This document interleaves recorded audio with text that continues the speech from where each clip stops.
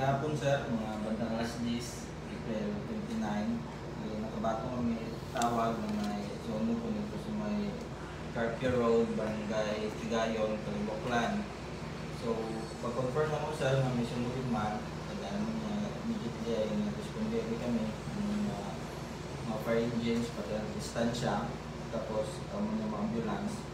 So, pag-abot naman sa fire scene sir, mga 10-7, buli baho taro kagayo, ubos taro sa kabalay, agbubumbungan ni story na building or residential house ay on fire yon.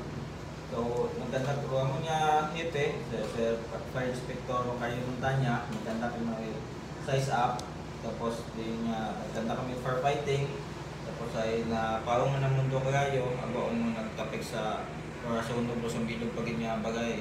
Mulira yung tatlong kabagay, pero tagana karay si Mr. Normi Ortega, pero imaura makaray ko sa ibang bansa, balik mo Obray Mau, sa doon anang mga bagay nga na anang nuguran ron, anang hapondar kita sa sa pag na sa ibang bansa. Tapos ro caretaker ito, naman nga manghod or magwang, si Ma'am Nerissa Brido.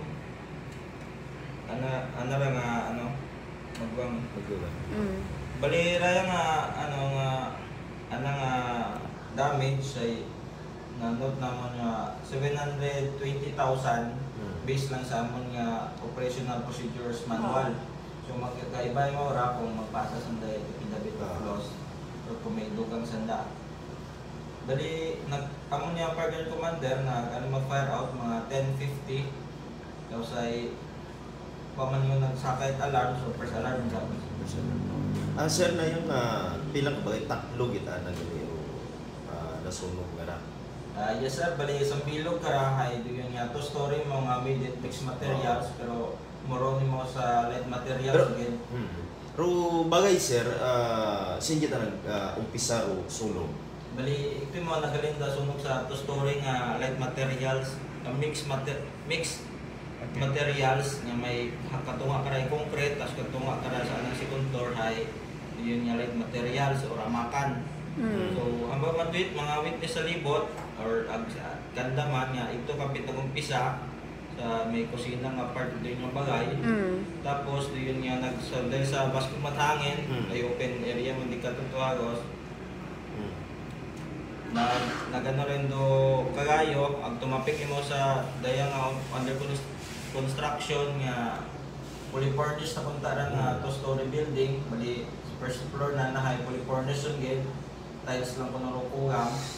Tapos sa second floor ay ongoing. Tapos sa Rosong Bilog nga bagay, bali nasunog at sa may sa bilong nana, agwa mata na kala sa sulod bagay na sa bilog. Tag natabo din niya sunog sir, may tao sa sulod ita din karon niya bagay tagimo sa light materials. Bali base man sa owner, agad na makiban bali that time may wa ko na tao ito kasi nga unga or man ko na sa eskwelahan, tapos anday mga ron ito sa piyang mga bagay kasi may concrete ongoing construction na bali din niya light materials nga bagay sa may likod nga part mo ra. Sa likod mo daywang ka concrete nga bagay, so ito sanda sa may printe ay may mga trabador sa dito, balik ito sa magkatambay-tambay man. Sir, paano nanda napanuhan rong ray karon nga kagayo sir? Bali bro nga karon ni Ma'am Nerissa, bali nagwa imaw. Bali napanuhan na nga naga-aso may sa ito kapit sa atong light materials. Tapos pag-check man mga trabahante atong may kakagayo tagi dito sa may kusina, gitry pa nanda nga magkandak bucket relay. So dahil sa common light materials mabaho dasig na kalat do kagayo, agwa gud ginang patay. Alin ko na sir bago natabo rong ray karon nga bago nanda mapanuhan rong ray karon nga aso, may ginagaha sanda ka sir sa anda nga kusina. Basement ka sa owner bali ikatong side niya bagay, bali ang ginagaha mo ng rice cooker, bali agahon pa sa tapos yaha.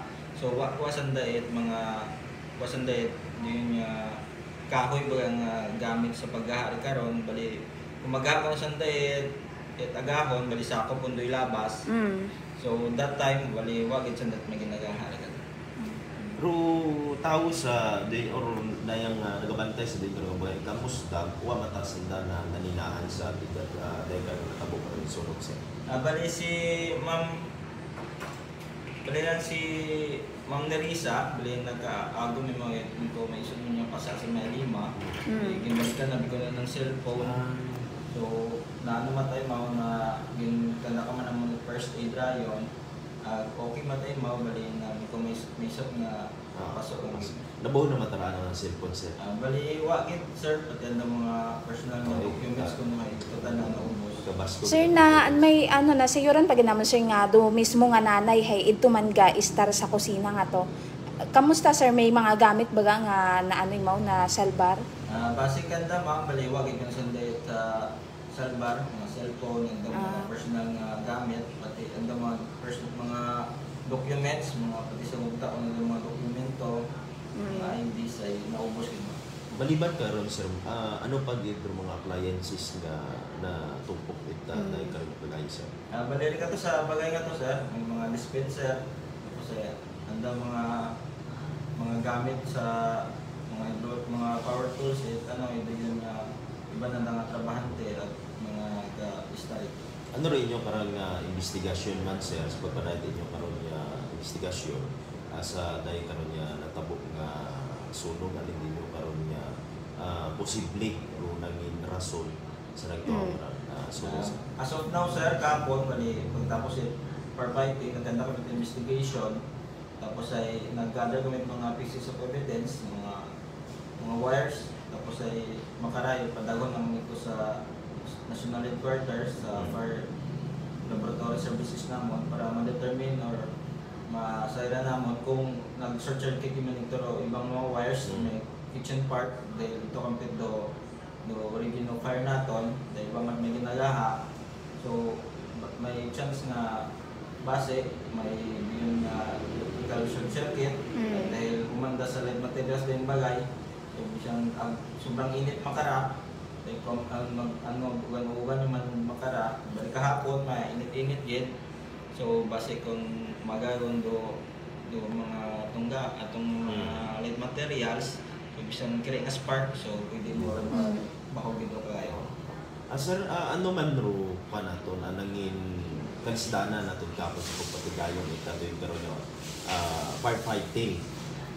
Yes sir, balik kahapon, yung ginano gaya kami nga hipi, kapin paro ato yung mga drivers kaya fire engines, ang mga rescue vehicles, mga sasakyan or mga motorista man naton, minsan basko-basko doon ato niya wang-wang, yun niya ato niya fire truck at mga ano nga iwa ito pabinit, so ano lang yun sa atong mga drivers ay dahil kung di ka mong pabinit at kung sagawin ka mo ay inyo taga akong sagaron dahil rescue vehicle kami at may na-respondihan kami, pero aton mga driver ay halong matagit, so defensive driving yapon kami, so doon lang gid ano lang gid ka mo pabinit lang gid para magdasig o pag-respondi namon, tapos do malisod dito sa area sir is wirings, bali sakto man pag-abot namon na ito man do akil ko, so muligan man nanda kami mag-impoto lang nanda ito wirings, so makakita kami, na ba, tapos hanuhod na pera sir, may simbahan kami Iglesia ng Cristo sa Metigayon, may pidiro doon na pasuod, so may man ay nakaigwa ang fire truck, pag nakakanda kami maayos yung firefighting. Pilang ka-truck po ato yung gamit na po? Bali, daywang ka-truck sir.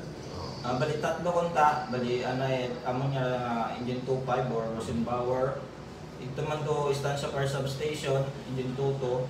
Tapos gapas ang kontaman niya 714 at super tanker at mga ko.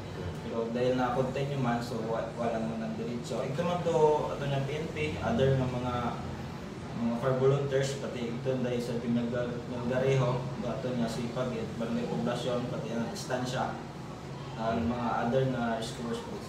Siguro, no? Lastly, panawagan lang din mo, sir, mensahe sa atong mga minugpamati no sa sugidas karon nga nagatuhaw karang sunog ano ra karang pag himuon no aga paano malikawan duday karang nagatuhaw karon sa sunog sir. Yes sir, bali permi na mo ginapadumdum. So maghaong kita permi atong appliances bunuton lang naton main switch patyon. Then bisan nakasaksak magaga na ga-consume ka pa naman kuryente.